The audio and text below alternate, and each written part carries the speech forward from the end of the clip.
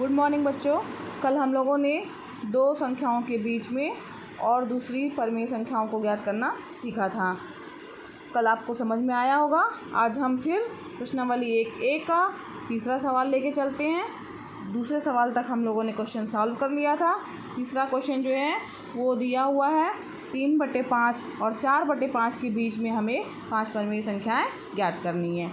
ठीक है, तो इसके लिए जैसा कि मैंने बताया था, जितनी भी संख्याएं ज्ञात करनी होती हैं, जैसे क्वेश्चन में दिया है 5 परिमेय संख्याएं ज्ञात कीजिए, तो अगर 6 दिया होगा तो 6 धन 1 करेंगे। अगर 5 दिया है, जितनी भी संख्याएं दी होंगी उसमें 1 हम जोड़ेंगे, तो कितना आ गया यहाँ पे 5 + 1 = 6।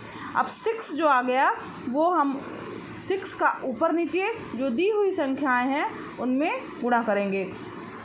तो आता है 6 का 3/5 व 4/5 में ऊपर नीचे गुणा करने पर। ठीक है, अब इसमें हम गुणा करेंगे तो हमारा 3/5 क्या हो जाएगा, 3/5 × 6/6। ठीक है, 3/5 × 6/6। 6 3 18 और 5 6 30। ठीक, अब ये हमारा 3/5 क्या हो गया, 18/30। इसी तरीके से हमारा 4/5 क्या होगा, 4/5 में भी हम 6/6 का आपस में गुणा करेंगे, तो 6 चौको 24 और 6 पंचे 30। ठीक है, तो हमारी ये दो संख्याएं प्राप्त हो गई हैं, 18/30 और 24/30। इनके बीच में हम परिमेय संख्याओं को लिख सकते हैं। कैसे लिखेंगे, अतः 18/30 व 24/30 के बीच 5 परिमेय संख्याएं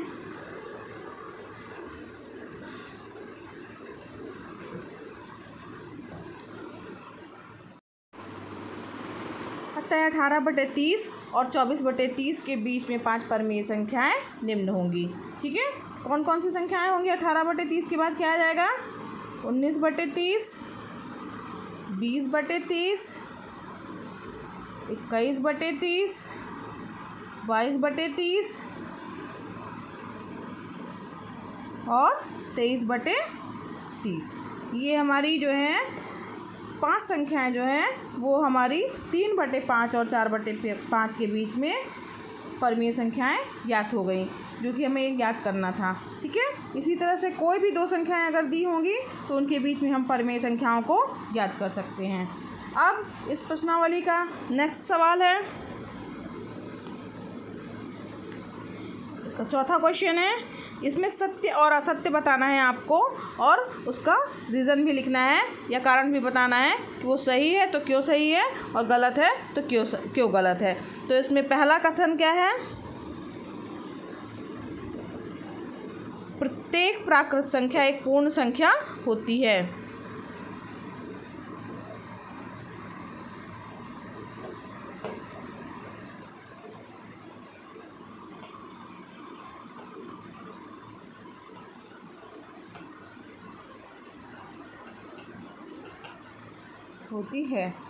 अब हमने अभी पढ़ाया था, इसके बारे में हमने जब ये पाठ पढ़ाना चालू किया था तभी मैंने बताया था कि प्राकृतिक संख्याएं क्या हैं, पूर्ण संख्याएं क्या हैं और पूर्णांक संख्याएं क्या हैं।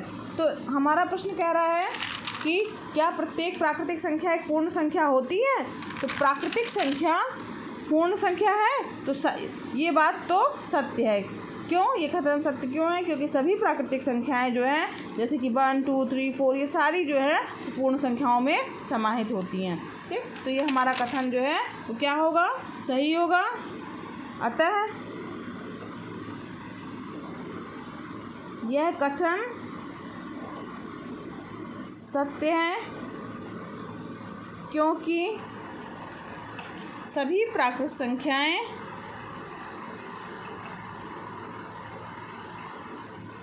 इसको प्राकृतिक और प्राकृत दोनों बोलते हैं, संख्याएं पूर्ण संख्याएं होती हैं।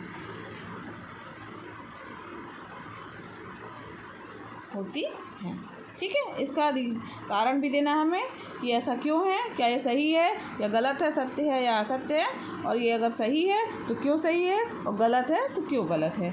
ठीक है, इसी तरीके से इसका दूसरा दिया हुआ है पॉइंट, प्रत्येक पूर्णांक एक पूर्ण संख्या है। प्रत्येक पूर्णांक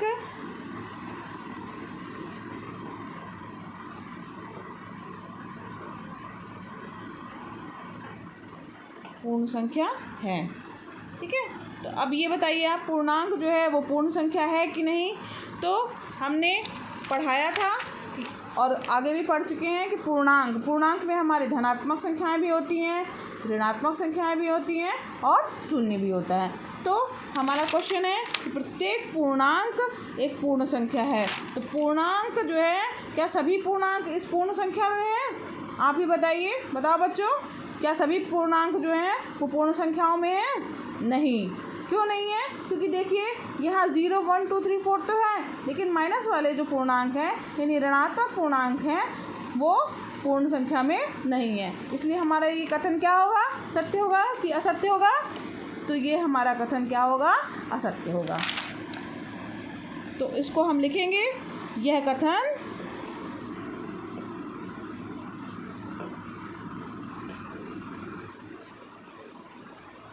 असत्य है। क्यों असत्य है? क्योंकि ऋणात्मक पूर्णांक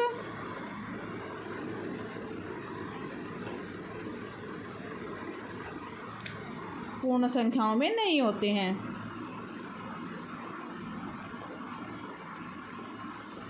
नहीं होते हैं। ठीक है, ये आपको समझ में भी आ रहा होगा। इसका तीसरा कथन है, प्रत्येक परिमेय संख्या एक पूर्ण संख्या है। प्रत्येक परिमेय संख्या एक पूर्ण संख्या है। अब ध्यान दीजिए कि परिमेय संख्याएं क्या हैं और पूर्ण संख्याएं क्या हैं। तो परिमेय संख्याओं के बारे में बताया गया था कि P/Q के रूप की संख्याएं परिमेय संख्याएं होती हैं, जहां पर P और Q पूर्णांक हैं और Q का मान शून्य नहीं होना चाहिए। Q does not equal to 0। ठीक, तो परिमेय संख्याओं के बारे में हम ये भी जानते हैं, इन्हें P/Q के रूप में लिखा जाता है, यानी बटे वाली संख्याएं जो हैं वो परिमेय संख्याएं हैं। और पूर्ण संख्या क्या है? पूर्ण संख्याओं में 0, 1, 2, 3, 4 ये सभी संख्याएं जो हैं वो पूर्ण संख्याएं कहलाती हैं। ये सब आता है। तो अगर हम कोई भी एक परिमेय संख्या ले लें, जैसे कि 1/2 लिया, ठीक है, अगर हम 1/2 लेंगे, मान लीजिए कोई परिमेय संख्या 1/2 हमने ले ली, तो क्या ये पूर्ण संख्या है? नहीं है, पूर्ण संख्या नहीं है, क्योंकि ये परिमेय संख्या है और ये इसमें पूर्ण संख्याएं जो कि 0, 1, 2, 3, 4 जो है संख्याएं हैं उसके अंतर्गत नहीं आती है। इसलिए ये कथन हमारा क्या होगा, असत्य होगा। ठीक है, तो इसको इसी तरह लिखेंगे कि अतः यह कथन असत्य है, क्योंकि परिमेय संख्या 1/2